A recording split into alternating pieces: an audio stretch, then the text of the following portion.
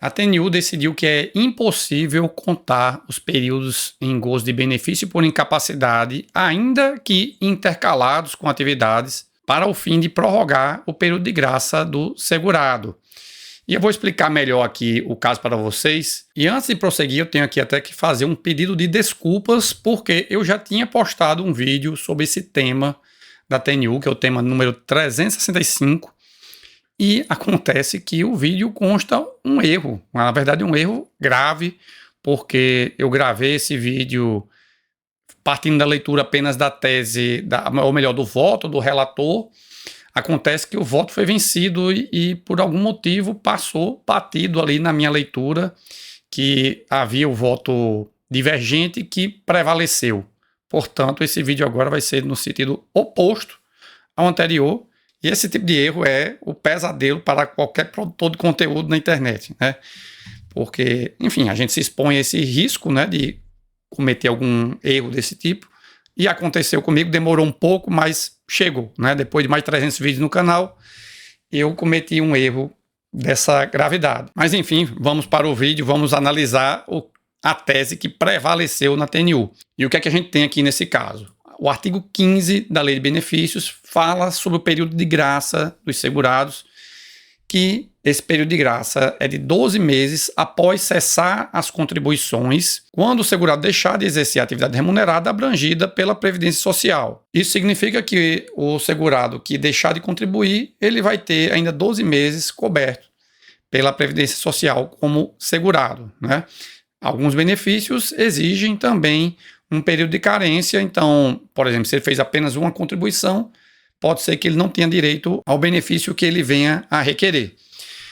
E o parágrafo 1º do artigo 15 fala na possibilidade de prorrogação desse período de 12 meses para até 24 meses, se o segurado já tiver pago mais de 120 contribuições mensais sem interrupção que acarrete a perda da qualidade de segurado. Aí a gente vai ter aqui uma outra disposição da Lei de Benefícios, no artigo 55, mais precisamente, que diz que é contado como tempo de serviço o tempo intercalado em que o segurado esteve em gozo de auxílio-doença ou aposentadoria por invalidez. Então, o que é o tempo intercalado?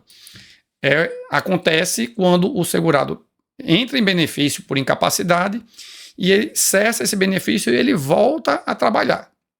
Portanto, se ele estava em benefício por incapacidade e, por exemplo, um auxílio-doença, e ele já dá entrada numa aposentadoria por idade, por tempo de contribuição, aí, nesse caso, o benefício de auxílio-doença ou benefício por incapacidade temporária, como achar melhor, não será contabilizado para fins de carência para a concessão do benefício de aposentadoria por idade ou por tempo de contribuição, tá certo? Então, é preciso, para ver essa contabilização, que haja um retorno à atividade. E o STF já tinha analisado a aplicação do artigo 55, inciso 2 da Lei de Benefícios no tema de repercussão geral de número 1125, para dizer que, de fato, deve ser aplicado nesses termos, ou seja, para contabilizar apenas no caso do benefício intercalado. Para o STF, o princípio contributivo da Previdência Social, ele de fato existe, ou seja, via de regra, apenas períodos que tiveram contribuição podem ser contabilizados para qualquer finalidade. No entanto, a legislação, em razão do princípio da solidariedade, ela pode excepcionar. Então, a exceção trazida na legislação deve ser respeitada e dentro dos limites dessa exceção. Então, apenas o benefício recebido de forma intercalada com a atividade que será contabilizado. E a TNU, no tema 105, aderiu a esse entendimento. E o STF foi mais além, no tema número 88, para dizer que esse período de benefício por incapacidade também é contabilizado como salário de contribuição. Então, não apenas para fins de carência, para fins de tempo de contribuição, mas também as remunerações do benefício serão contabilizadas como salário de contribuição na análise do período básico de cálculo do segurado. Porém, agora a TNU não foi nessa linha, né? A TNU agora entendeu nessa oportunidade que a interpretação deve ser restritiva, porque aqui o legislador falou expressamente na palavra do pago, ou seja, a prorrogação precisa do pagamento de 120 contribuições mensais. Então, como eu disse no primeiro vídeo, que eu já removi aqui do canal, né, o entendimento da relatora desse julgado era o de ir no mesmo sentido do STF. No entanto, prevaleceu o entendimento de que o texto legal é restrito e unívoco.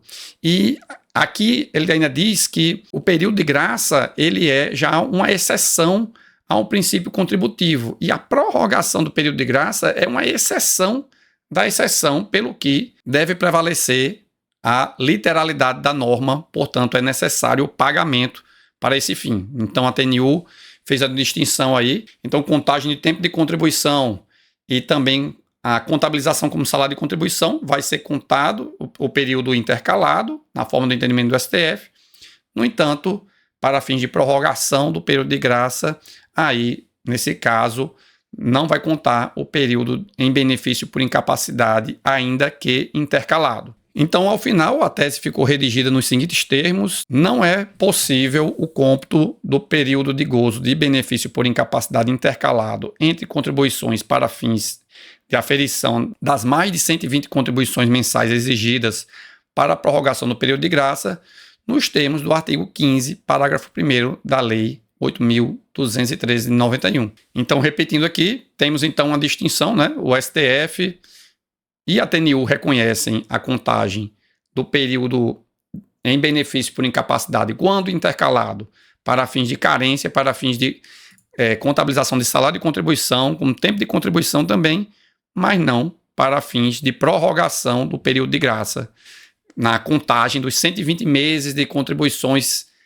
sem perda da qualidade de segurado. E eu espero que agora tenha ficado claro para vocês, e se gostaram do conteúdo, considerem clicar no botão de curtir e se inscrever também no canal. Muito obrigado e até a próxima.